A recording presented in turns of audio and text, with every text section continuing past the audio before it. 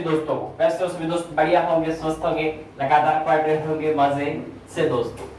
Lockdown वगैरह खुल चुका है दोस्तों, पूरा आनंद ले रहे होंगे पढ़ाई का मजे से। कोचिंग वगैरह भी ओपन होने वाली है, ज्यादा दिन की बात नहीं है, कोई दिक्कत वाली बात नहीं। लेकिन ओपन हो या ना हो ये तो ऐसे ही चलेगी। ठीक है दोस्तों, आज आपको मैं साइंस के कुछ महत्वपूर्ण प्रश्न है, संभावित प्रश्न है, वो लेके आया हूं आपके लिए। ये नहीं कह सकता कितने प्रश्न है, जितने प्रश्न होंगे उतने करवाऊंगा। बहुत शानदार प्रश्न है, एसएससी एनटीपीसी के अंदर आए हुए क्वेश्चन है, बहुत बढ़िया बढ़िया क्वेश्चन है दोस्तों, शानदार शानदार क्वेश्चन है। लिख दिया मैंने साइंस महत्वपूर्ण संभावित प्रश्न, बहुत बहुत इंपॉर्टेंट प्रश्न है। अगर इन प्रश्नों को भी पढ़ लोगे तो साइंस में आपकी थोड़ी सी तो बेड़ा पार हो ही जाएगी, पूरी तो नहीं कह सकता, लेकिन जितना मैंने पढ़ा दिया ना उनका रिवीजन हो जाएगा, ये मैं गारंटी कर सकता हूँ। उनके लिए रिलेटेड क्वेश्चन है आपके लिए, बहुत बढ़िया बढ़िया क्वेश्चन, ध्यान से समझने की कोशिश करना। आगे स्टार्ट करते हैं मोटिवेशन कोट के साथ दोस्तों। ना संघर्ष ना तकलीफ तो क्या खाक वजह है जीने में, बड़े बड़े तूफान दम जाते हैं जब आग लगे हो सीने में। और माँ तेरी पसीने की हर बूंद को मोती सा चमकाऊंगा, माँ तो सपने बड़े देखना पूरा करके मैं दिखलाऊंगा। आगे देखो दोस्तों, माइकोलॉजी, सबसे पहला क्वेश्चन है माइकोलॉजी। गुरुजी माइकोलॉजी मैंने बताया था उस टाइम के, मैं पढ़ाया था माइकोलॉजी। माइकोलॉजी में किसका अध्ययन किया जाता है? क्वेश्चन क्या है, माइकोलॉजी में किसका अध्ययन किया जाता है? ध्यान से समझना, माइकोलॉजी में किसका अध्ययन किया जाता है? फंगाई का किया जाता है। फंगाई क्या होता है? कवक होता है। क्या होता है? कवक होता है फंगाई। गुरुजी हमने क्या बताया था पीछे, याद करवा दो। अरे मैं याद करवा रहा हूं, टेंशन काहे को ले रहे हो। देखो फंगस, फंगाई क्या होता है? फंगस से ही निकला ये शब्द भी, यानी कि फंगस से ही निकला, यानी कि फंगस से क्या निकला? फंगाई निकला, कवक निकला। भारत को फंगस, क्या भारत को अपना मायका समझ रखा है? क्या क्या समझ रखा है? मायका, ध्यान से समझना। फंगस भारत को अपना मायका समझ रखा है। कौन? फंगस भारत को क्या समझ रखा है? मायका। तो मायका से क्या निकला? फंगस से क्या निकला? फंगाई, कवक। मायका से क्या निकला? माइकोलॉजी। तो माइकोलॉजी किसको कहते हैं? फंगाई को कहते हैं। फंगाई, कवक के अध्ययन को कहते हैं। मायका से क्या निकला? फंगाई निकला, ये वाला समझ में आ गया होगा। आगे चलो, आगे चलो, एपीकल्चर। एपीकल्चर क्या होता है? किसको कहते हैं एपीकल्चर? मधुमक्खी पालन को कहते हैं एपीकल्चर। गुरुजी ने पीछे क्या बताया था? ये मैंने बताया था, पी। क्या पी? शहद पी। तो शहद किसका होता है? मधुमक्खियों का होता है। तो ये लो, मधुमक्खियों के अध्ययन को ही तो कहेंगे एपीकल्चर। और कोई दिक्कत? यहां पढ़ रहे हो तो जुगाड़ू तरीके से तो पढ़ोगे। आगे चलो, सेरीकल्चर, रेशम। गुरुजी समझ में नहीं आया? अरे मैं कब कह रहा हूं, अभी ध्यान से समझ। सेरीकल्चर क्या होता है? सेरी का अर्थ क्या होता है? सेरी एक साड़ी का नाम है। सेरी से क्या निकला? साड़ी। साड़ी किसकी बनी हुई होती है? रेशम की बनी हुई होती है। तो रेशम क्या क्या निकला? रेशम कीट पालन। समझ में आया या नहीं आया? रेशम कीट पालन लिख लेना इसको आगे। शेरी से क्या निकला? साड़ी निकला। साड़ी किसकी बनी हुई होती है? रेशम की बनी हुई होती है। तो रेशम के से क्या निकला? रेशम कीट पालन। समझ में आ गया? आगे चलो, आगे चलते हैं विटीकल्चर। विटीकल्चर क्या होता है? अंगूर का क्या होगा? अंगूर की खेती होगी विटीकल्चर। गुरु समझ में नहीं आया? टी, इस शब्द को पकड़ लो, टी। टी से क्या निकला? खट्टी। किस टी से क्या निकला? खट्टी। खट्टी निकली। खट्टे क्या होते? अंगूर। खट्टे क्या होते? अंगूर, ये वाले। तो अंगूर के देखो क्या कहते हैं? विटीकल्चर कहते हैं। विटीकल्चर, टी निकाला, टी का खट्टे। खट्टे क्या होते? अंगूर होते हैं। आगे चलो, आगे आता है वर्मी कल्चर। आगे क्या आता है? Vermi culture. और मुझे बताओ, वर्मी कल्चर आपने पीछे 7वीं 6वीं 5वीं क्लास में पढ़े होंगे। वर्मी कल्चर यानी कि वर्मी कंपोस्ट कौन करता है? केचुआ करता है, अपनी जमीन को उपजाऊ बनाता है। और केचुआ क्या होता है? किसान का मित्र भी होता है। ये वाला, ये लो, अपनी ट्रिक बन गई। वर्मी कंपोस्ट यानी कि केचुआ। केचुआ क्या होता है? किसान का मित्र होता है। तो वर्मी कल्चर का अर्थ क्या होगा? केचुए से अर्थ, ये लो।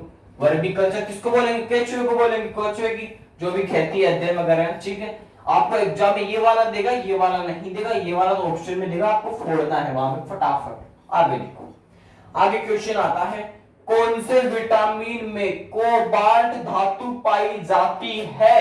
क्वेश्चन को ध्यान से पढ़ना, कौन से विटामिन की बात हो रही है, प्रोटीन की बात नहीं हो रही है। कोबाल्ट धातु पाई जाती है।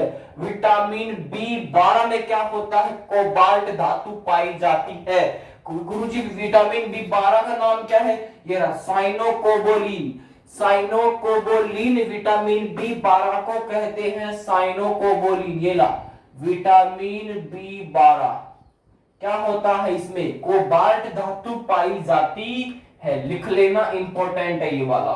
आगे चलो, कोशिका की ऊर्जा मुद्रा किसे कहते हैं, किसकी, कोशिका की ऊर्जा मुद्रा, कोशिका की। मैं आपको उसकी माइटोकॉन्ड्रिया की नहीं पूछ रहा, मैं पूछ रहा हूं कोशिका की।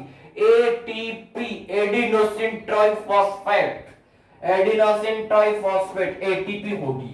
और कोशिका की ऊर्जा मुद्रा एटीपी, एडिनोसिन ट्राइफॉस्फेट। आगे चलो, प्रोटीन की कमी से कौन कौन से रोग होते हैं। मान लो आप में क्या होगा, प्रोटीन की कमी हो गई, उस प्रोटीन की कमी से दो रोग होंगे, एक तो मेरास्मस रोग होगा, एक क्वासी ओरको रोग होगा। एक तो क्वासी ओरको और एक मेरास्मस, दो रोग होते हैं प्रोटीन की कमी से। एक तो होगा क्वासी ओरको, एक कौन होगा, मेरास्मस होगा, मेरास्मस रोग होगा। समझ में आया या नहीं आया। बहुत इंपॉर्टेंट पर्सन है दोस्तों, एग्जाम में पूछे हुए क्वेश्चन है। पीछे वाली जो एग्जाम्स हो चुकी है, एनटीपीसी रही, रेलवे रही, एसएससी रहा, और ये पूछे हुए क्वेश्चन है, इसलिए मैं आपको करवा रहा हूं। और आपको जो पीछे का है वो रिवीजन भी हो जाएगा इसके माध्यम से। आगे चलो अगले क्वेश्चन की तरफ से।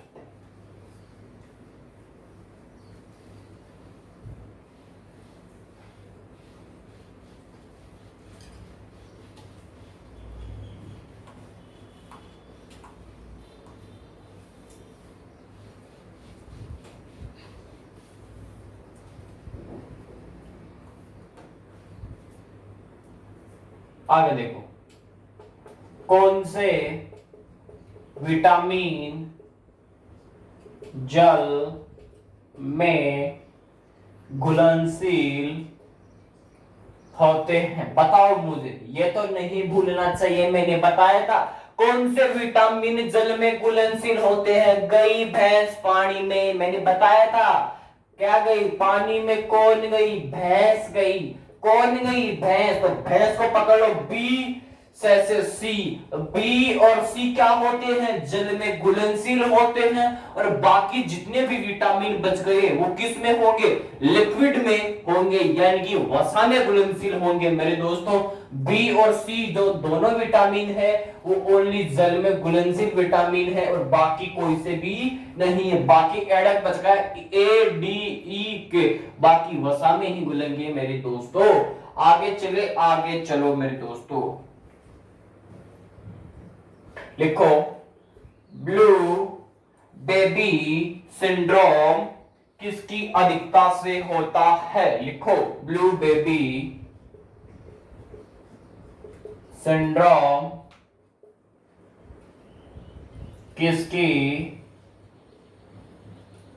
अधिकता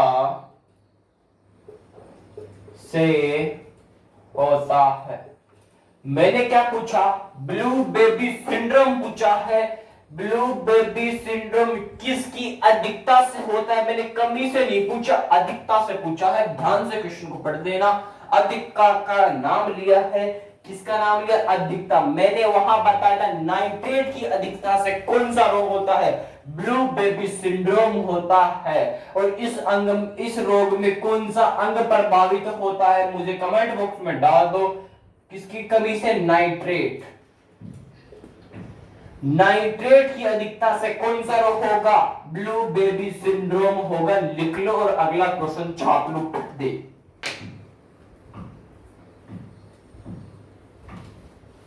आगे लिखो, इटाई इटाई रोग।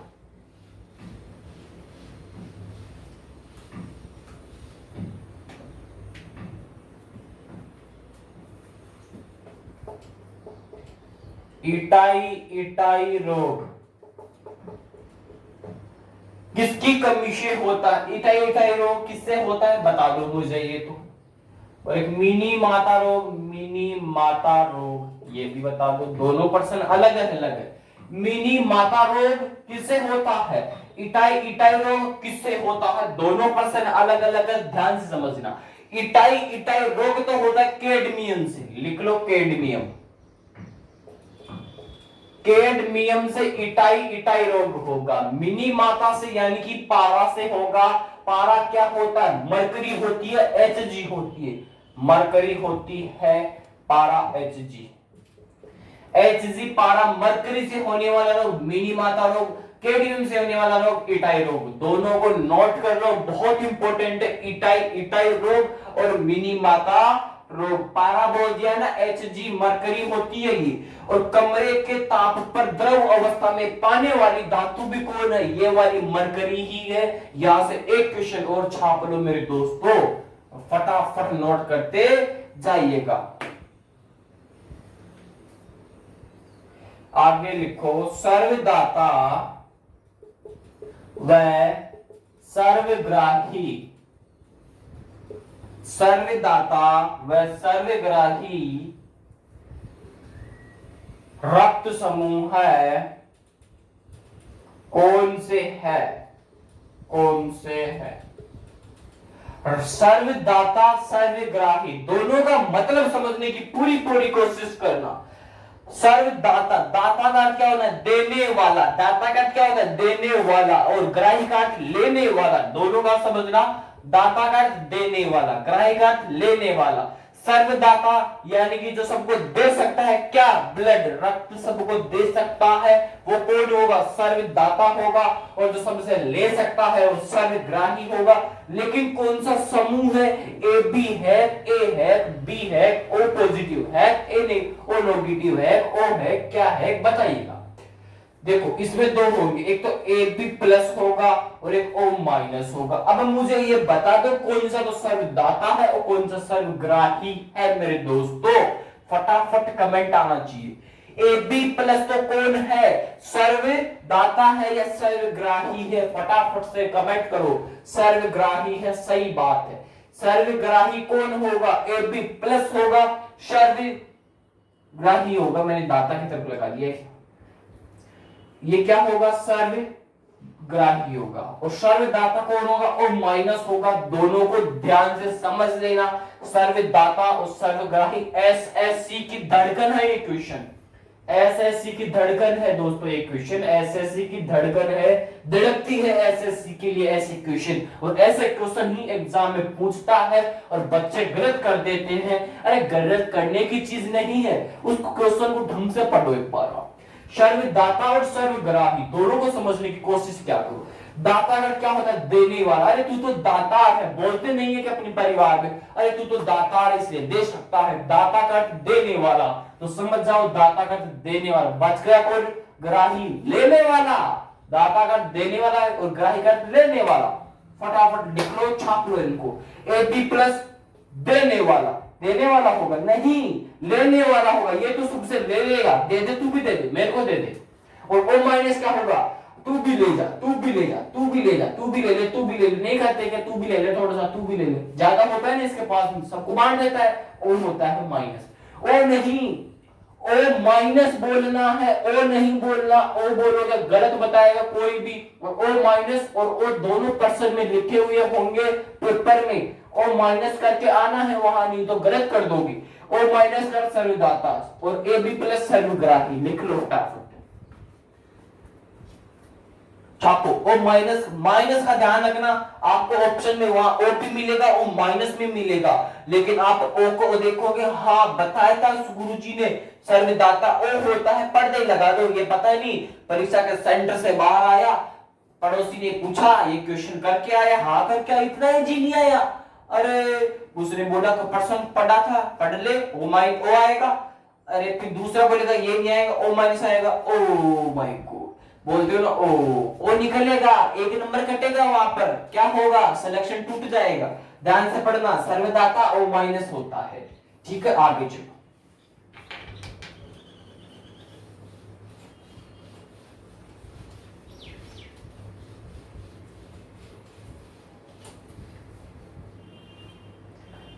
छापो फटाफट, लिखो पूर्ण पाचक रस, पाचक रस किसे कहा जाता है? पूर्ण पाचक रस किसे कहा जाता है? नोट करो और इसका आंसर दो। पूर्ण पाचक रस किसे कहा जाता है? पूर्ण पाचक, सबका रस अग्नाशय रस, सबका रस अग्नाशय रस, पूर्ण पाचक का रस अग्नाशय रस, ऐसे याद करो इसको, लिख लो अग्नाशय। फिर बोल रहा हूं, सबका रस अग्नाशय रस, पूर्ण पाचक रस, पूरी भरी हुई आनंद लेंगे। कल पढ़ाया था मैंने, याद हो तो ये वाला, और बताया था। और पूर्ण पाचक रस, भर पेट लेंगे रस, किसका रस? अग्नाशय रस। तो याद कर लो, पूर्ण पाचक रस किसे कहा जाता है? अग्नाशय को कहा जाता है। लिखो आगे वाला जो क्वेश्चन दिखा रहा हूं, बहुत बहुत इंपॉर्टेंट, एसएससी की दूसरी धड़कन है क्वेश्चन, लिख लो फटाफट से। लिखो, सीरम किसे कहा जाता है? क्वेश्चन क्या है, ध्यान से पढ़ना। सीरम किसे कहा जाता है?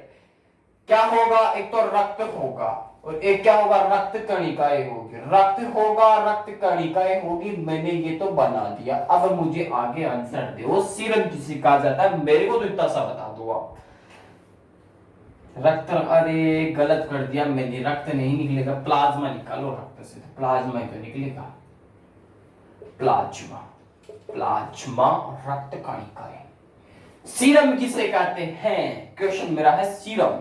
ये क्वेश्चन एग्जाम में 2 बार तो पूछ चुका है। पूछ चुका है क्या? नहीं पूछा अभी तक, तो अब आने की चांसेस है। कैसे बनाए क्वेश्चन?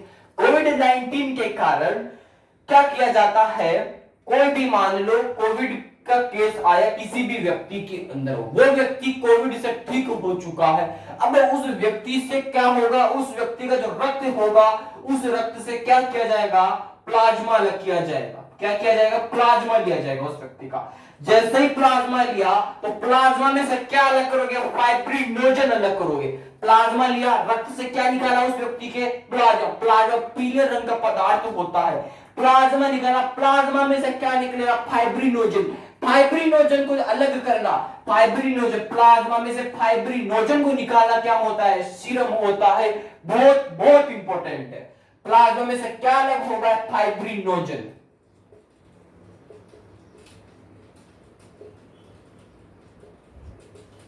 फाइब्रिनोजन अलग अलग किया, ये लिख लो अलग किया, नहीं तो समझोगे नहीं तुम, वैसे अड़वा दी उसे। प्लाज्मा में से क्या अलग होगा? फाइब्रिनोजन अलग होगा।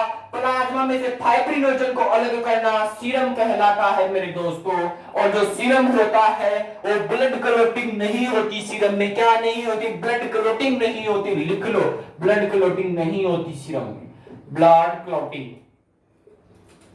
ब्लड क्लॉटिंग नहीं होती। बहुत इंपॉर्टेंट है। सीरम में क्या ब्लड क्लॉटिंग होती है? नहीं होती। साफ मना कर देना, ब्लड क्लॉटिंग का काम नहीं है सीरम का मेरे दोस्तों। और रक्त से क्या अलग किया जाता है? प्लाज्मा अलग किया जाता है। और प्लाज्मा में से क्या अलग होगा? फाइब्रिनोजन। और फाइब्रिनोजन को अलग करना क्या कहलाता है? सीरम कहलाता है। बहुत इंपॉर्टेंट है, लिख लो, छाप लो, जितना भी करना है छाप लो। 5 स्टार लगाना है, 3 स्टार लगाना है, लगा लो इस क्वेश्चन के ऊपर, लगाओ फटाफट लगाओ। बताया ना, ब्लड क्लोटिंग नहीं होती इस क्वेश्चन में, इसमें सीरम में। आगे देखो बेटा, दो लिखो, आरबीसी का कब्रिस्तान किसे कहा जाता है? और टेक्निकल टीम टाइम भी बता दे।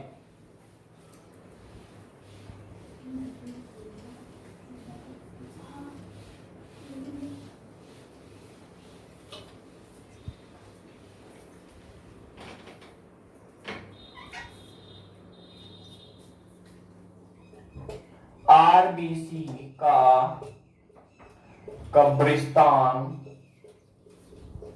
किसे कहा जाता है? मेरा क्वेश्चन क्या है, ध्यान से समझना। आरबीसी का कब्रिस्तान किसे कहा जाता है? ध्यान से समझना, किसे कहा जाता है बताओ। अभी मैंने क्या बताया? प्लाज्मा बताया था। अरे प्लाज्मा बताया था, ये प्लीहा है, प्लीहा, लिख लो प्लीहा। आरबीसी का कब्रिस्तान किसे कहोगे? प्लीहा या स्पैम बोल सकते हो या तिल्ली बोल सकते हो। स्पैम या बोल सकते हो तिल्ली। तिल्ली बोलो, बिल्ली नहीं है। तिल्ली, स्पैम, प्लीहा, तीनों किसे कहा जाता है? आरबीसी के कब्रिस्तान को ही कहा जाता है। लिख लो, छाप लो, जो करना है जो कर लो।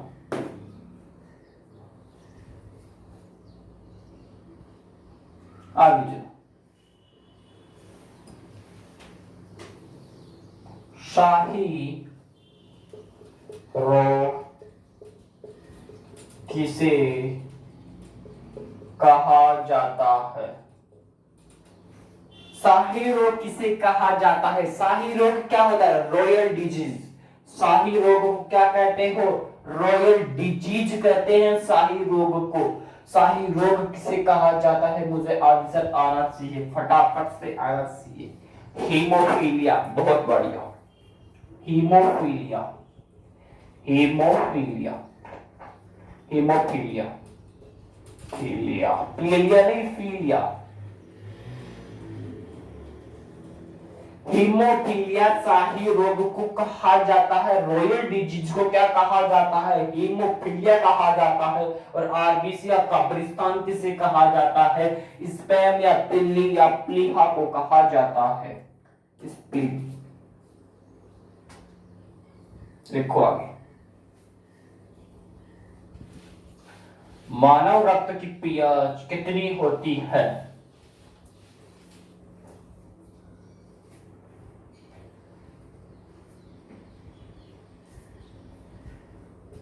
मानव रक्त की पीएच कितनी होती है? मानव रक्त की पीएच कितनी होती है? मेरा क्वेश्चन ये है। और अगला क्वेश्चन भी फटाफट से नोट कर लो। मानव रक्त, देखो मानव रक्त, मनुष्य में रक्त का पीएच, ये लिखो तुम। मनुष्य में रक्त का पीएच कितना होता है? ये बताओ, क्वेश्चन मेरा ये वाला है। मनुष्य में रक्त का पीएच कितना होता है? बताओ फटाफट। और आगे लिखो, मानव रक्त किस प्रकार का ऊतक है?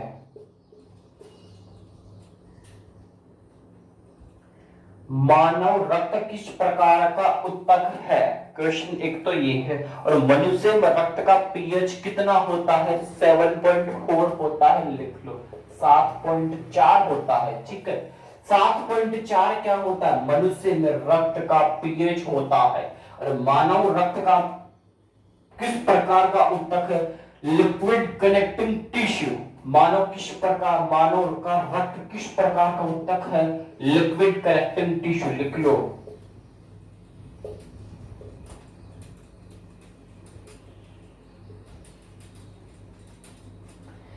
लिक्विड कनेक्टिंग टिश्यू क्या है? मानव रक्त का ऊतक किस प्रकार का ऊतक? मानव रक्त का जो ऊतक है कैसा है? लिक्विड कनेक्टिंग टिश्यू है ऊतक, ऐसा, ठीक है।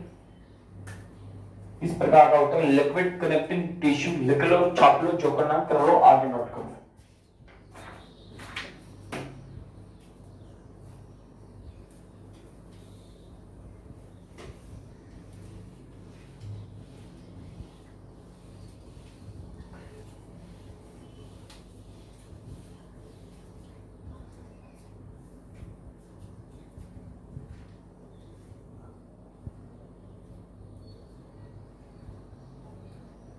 चलिए आगे लिखो। रुधिर में कैल्शियम की मात्रा, कैल्शियम की मात्रा, रुधिर में कैल्शियम की मात्रा को कौन सा हार्मोन नियंत्रित करता है? रुधिर में कैल्शियम की मात्रा को कौन सा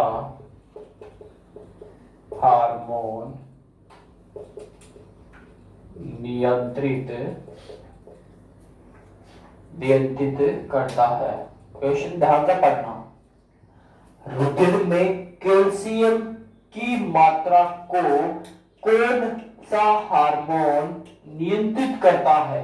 रुधिर में पूछा है कैल्शियम की मात्रा को कौन सा हार्मोन नियंत्रित करता है? फटाफट बताना।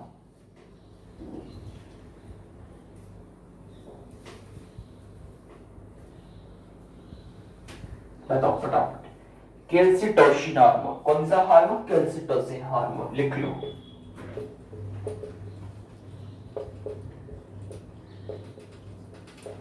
कैल्सिटोसिन हार्मोन नियंत्रित करता है रुधिर में कैल्शियम की मात्रा को। कौन सा हार्मोन नियंत्रित करता है?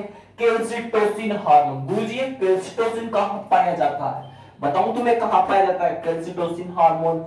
आपका ये क्या है? गर्दन है। इस गर्दन में क्या होगा? पैराथायराइड ग्रंथि हो। उस पैराथायराइड ग्रंथि के अंदर कैल्सिटोसिन हार्मोन पाया जाता है। बताऊं कैसे लिख के? अभी बताता हूं।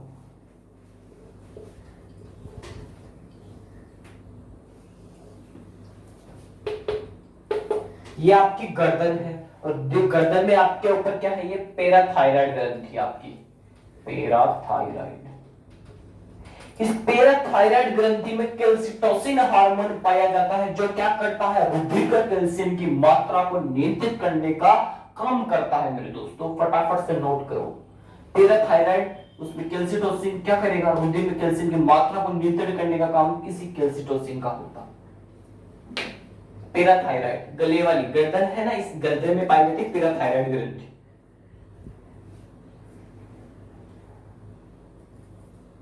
लिखो आगे।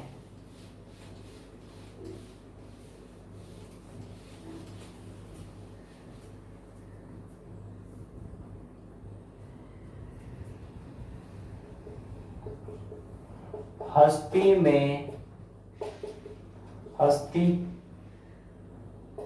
के जोड़ को क्या कहते हैं? हस्ती में, हस्ती का क्या होता है? Bone to bone. Bone to bone. हस्ती में हस्ती बोन टू बोन के जोड़ को क्या कहते हैं? लिगामेंट कहते हैं। ऐसा याद नहीं होगा, याद करो। बीबी लाल, बीबी लाल, बीबी लाल। बीबी ने क्या किया? बीबी, बीबी से क्या बना? Bone to bone. Bone to bone बन गया बीबी लाल। ठीक है, बोन टू बोन। बीबी ने क्या किया? आपका लिगामेंट तोड़ दिया। बीबी ने क्या? लिगामेंट तोड़ दिया आपका। तो क्या बन गया? Bone to bone. क्या कहोगे इसको? लिगामेंट ही तब कहोगे। लिख लो लिगामेंट, लिगामेंट। ऐसे याद क्या करो। अस्थि में अस्थि, बोन टू बोन के जोड़ को क्या कहते हैं? लिगामेंट कहते हैं। लिख लो। हाँ लिख लो लिगामेंट, लिगामेंट। फटाफट नोट करो आगे। बोन टू बोन लिगामेंट के जोड़ को बोन टू बोन लिगामेंट है।